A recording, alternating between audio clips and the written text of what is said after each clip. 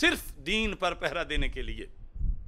ہم نے یہ پرچم بلند کر رکھا ہے، اور ہمیں کوئی گھبراہٹ نہیں اللہ کے فضل سے۔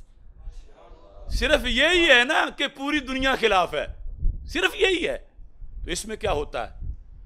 اور ہم کسی سے حمایت کی بھیک نہیں مانگ رہے، جس نے کرنی ہے اپنی قبر کے لیے کرنی ہے۔ اور میرے یہاں بڑے محترم بیٹھے ہیں ڈاکٹر آصف علی صاحب، اور یہ سارے ہمارے جتنے بھی کارکنان ہیں، چونکہ وہ بات کر لیتے ہیں، میرے سے یہیں بیٹھے انہوں نے بات کی، جنہیں بار بار علماء و مشائخ بھی کہہ رہے تھے کہ تمہاری بات سنتے ہیں ان سے یہ کہو کہ ہیں 100% سچے، مسلک یہی ہے ہمارا بھی، لیکن حالات ٹھیک نہیں، اور اس سے ڈاکٹر صاحب کا نقصان ہو سکتا ہے، اور ہمیں ان کی بڑی ضرورت ہے کہ جو وہ کام کر رہے ہیں پھر کون کرے گا؟ نقصان ہو سکتا ہے۔ میں نے ان سے پوچھا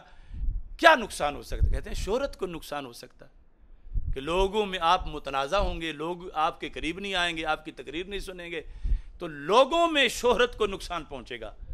تو میں نے کہا میرے قرآن نے تو یہ کہا ان اکرمکم عند اللہ اتقاکم،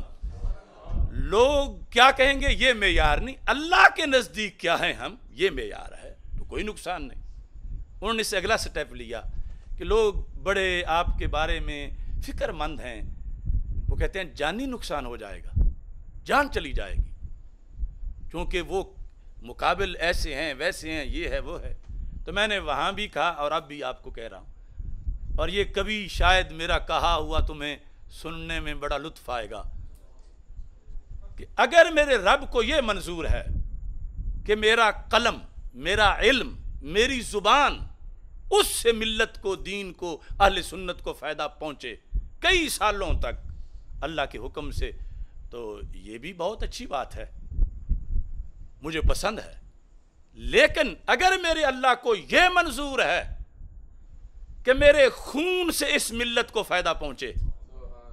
میرے خون سے حق باطل کا فرق واضح ہو جائے، میرے خون سے عقائد اہل سنت اجاگر ہو جائیں، میری شہادت سے اہل سنت اور رافضیت کا فرق واضح ہو جائے، تو میں اس پر بھی اللہ کے فیصلے پر اگر اس کے نزدیک یہ ہے تو میں 100% مطمئن بھی ہوں، تیار بھی ہوں۔ ہم جھکے نہیں ہیں، ہم دبے نہیں ہیں، ہم ٹکے نہیں ہیں، میرے خون میں شامل، میں مر بھی گیا تو میری کفن پہ لکھنا، میری قبر پہ لکھنا۔ تو اگر اللہ تعالیٰ کو یہ پسند یا منظور ہے تو تم نے جب میری شہادت بیان کرنی ہے تو یہ نہیں کہنا کہ بڑی قیمتی جان تھی، نقصان ہو گیا۔ جس جان نے حق باطل کا فرق کر دیا ہو اس جان کو نقصان نہیں ہوا، وہ تو قبول ہو گئی۔ کیا سیدنا امام حسین رضی اللہ تعالیٰ عنہ کی جان ضائع ہوئی؟ نہیں، ضائع نہیں ہوئی، اس نے تو قیامت تک حق کو بلند کر دیا۔ ہم ان کے مشن کے سپاہی ہیں، اگرچہ ان کے نالین کے ساتھ لگنے والی مٹی سے بھی کروڑ درجہ ادنا ہے،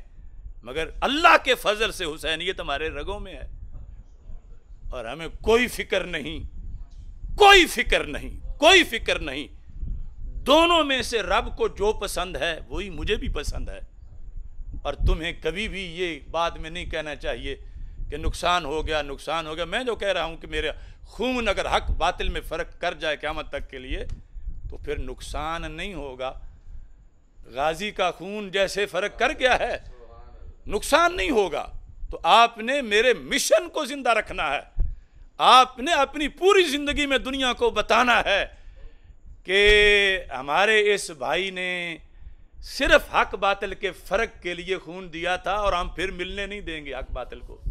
ہم فرق واضح رکھیں گے، اس کے لیے دن رات محنت کریں گے، اس کے لیے اپنے بچوں کو پڑھائیں گے، اس کے لیے اپنے مبلغ تیار کریں گے، اس کے لیے کتابیں لکھیں گے۔